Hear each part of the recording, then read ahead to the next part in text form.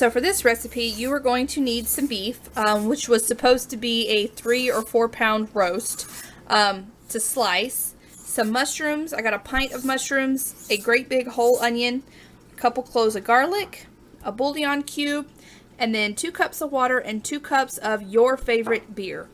I was going to use cube steak. If you look up Marlboro Man sandwich, you'll see the kind of cut, and I was gonna slice it and go with that kind of style, but I don't have any cube steak. I have ground venison instead. So I'm just going to do my sandwich, but make it Sloppy Joe style. Like I said, if you look up Marlboro Man sandwich, you'll see the kind of beef and just the kind of cut that I was going to do with all my stuff. So I'm having to improvise a little bit. So I'm going to get this heated up with some olive oil so I can start cooking off the venison. Alright, so I have ground the venison, I always want to call it the beef, the meat, and put it to the side. Add a little bit of oil to the pan. And I'm going to throw in my onion, my mushrooms, and my garlic and cook them up. You don't want to overcook them or make them mushy because we're going to simmer all this together, so it's going to cook more.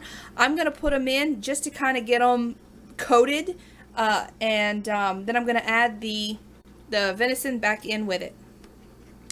Alright, everything's in and just kind of brought some heat to. I'm going to add all the meat back. Salt. Make sure you season, salt and pepper. And then I'm going to mix it all together, and then we'll start adding our liquids. So now that it's all incorporated, I'm going to add my 2 cups of water or beef stock, which I don't have any, so I'm using 2 cups of water and a bouillon cube, and 2 cups of your favorite beer. I'm using a light beer, but this would be good with an ale or an amber. And then I have just kind of mix those up. And then just stir it all together. I'm going to put a lid on it, and I'm going to let it simmer for about 30 minutes.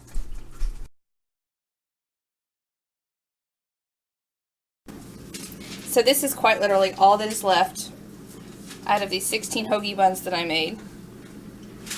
And this is the filling. I did add a cornstarch slurry, just a tablespoon of cornstarch and a tablespoon of water to help thicken it up because it was awfully messy.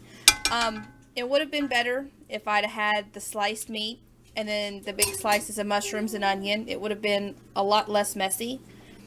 Nevertheless, it still tasted really good and turned out great. Put some chips and eat your sandwich over your chips so it all falls like nachos. Hope you enjoy.